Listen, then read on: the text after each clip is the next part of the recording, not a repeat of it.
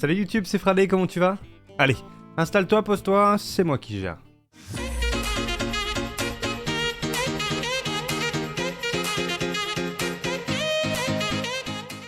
Et aujourd'hui YouTube, j'ai envie de te parler des Darwin Awards. Les Darwin Awards sont des récompenses données à certaines personnes. Comment dire? Pas les plus fut-fut. Qui ont trouvé la mort de façon stupide. Disclaimer, la mort c'est pas ouf. Mais par contre eux, genre vraiment, t'as Jean-Michel Tocard qui décide de faire quelque chose, tu sais pas pourquoi, d'une façon improbable et qui se donne la mort. Aujourd'hui je vais donc vous raconter les pires meilleurs Darwin Awards desservis à l'humanité. Laissez-moi vous parler de Gary Hoy. Gary Hoy était un notaire, était un notaire de 39 ans qui est décédé d'une chute de 24 étages. Ouais, ça se passe à Toronto, c'était dans la Bank Tower. Et Gary a voulu démontrer à ses étudiants, ouais, il était pas seul, que les fenêtres étaient hyper sécures, très résistantes. Genre les fenêtres c'est du béton, tu vois. Qu'est-ce qu'il a fait Gary? Pas que con le garçon. Vous vous rappelez comment on faisait pour défoncer une porte? L'épaule la première. Il a fait un tout droit.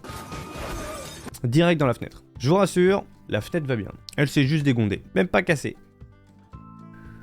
Et paf, ça fait des chocs à pic. Moi là où je me pose la question, c'est de savoir, les étudiants, quand ils ont vu ça, ils ont fait quoi?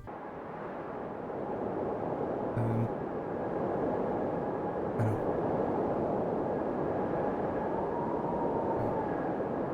Excusez-moi. Pardon, avoue quand même que c'est un petit peu con. Je vais vous parler de Paul Stiller et de sa femme. On a bien entendu, on parle pas de Ben Stiller, on parle de Paul Stiller. Paul Stiller et sa femme sont décédés à Andover Township. Bam, l'action qui claque. Ils sont tranquillement dans sa voiture, dans leur voiture, je pense, ils ont dû la payer avec un crédit.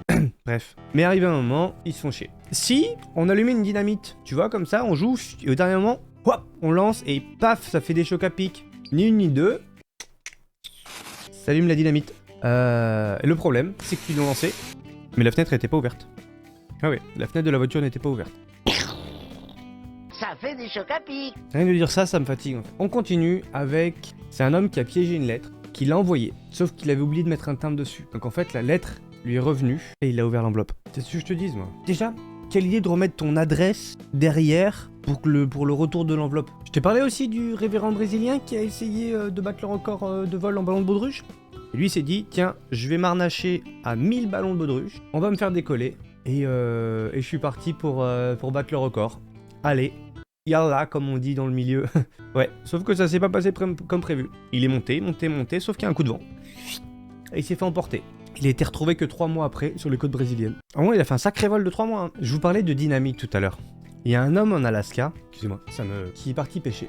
Et au lieu de faire un trou dans la glace comme tout le monde fait avec un truc tournant ou une scie ou autre, il a décidé de faire un trou dans la glace avec un bâton dynamite. Ah là! Ah, l'idée intelligente. Oh là, le con. Voilà, il prend son bâton dynamite, il l'allume. Et il le lance. Et il est lancé. Ah, tout droit. Ah, tout droit. Le problème, c'est qu'il était pas seul. Il avait son chien. Ah la vache. Ah là là, passer tant de temps à dire à son chien, va chercher. Oh, tu lui as appris, connard. Oh, tu lui as appris. Oh, mon salaud. Allez, ramène le bâton. Ramène le bâton. Ah ben, le chien, il est parti. Le chien, il a fait. Et du coup, le chien est revenu aussi. Ce qui est fou quand même, c'est que la dernière chose que le maître va voir, c'est un chien qui dépose le bâton de dynamite. Ou pas d'ailleurs, on sait pas. L'histoire ne le dit pas. Ah oui, il y a aussi celle-là. Comment dire? Selon le rapport de police de Dahlonega en Géorgie, le cadet de la police Nick Berena de 20 ans est décédé poignardé. Poignardé par son ami cadet Jeffrey Hoffman. Lui âgé de 23 ans. Pourquoi? Parce que il voulait prouver que le gilet en Kevlar qu'il avait résistait aux attaques de couteau. Donc ils s'amusaient les deux, tranquillou. Eh tiens, Nick. Ouais, Jeffrey. Remets pas des glaçons, remets du couteau. Et bam.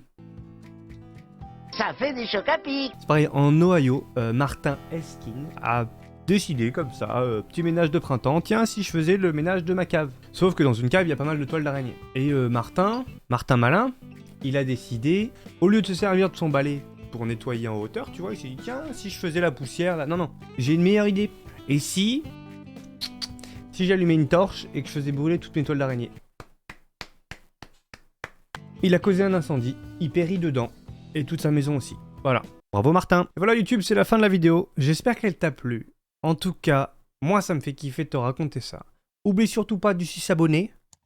Puis du petit pouce bleu de la cloche, tu sais, c'est comme ça toi-même tu sais. Puis on se retrouve la semaine prochaine pour une autre vidéo. C'est tout pour moi, c'était Fradé. Je te fais des bisous, passe une excellente journée.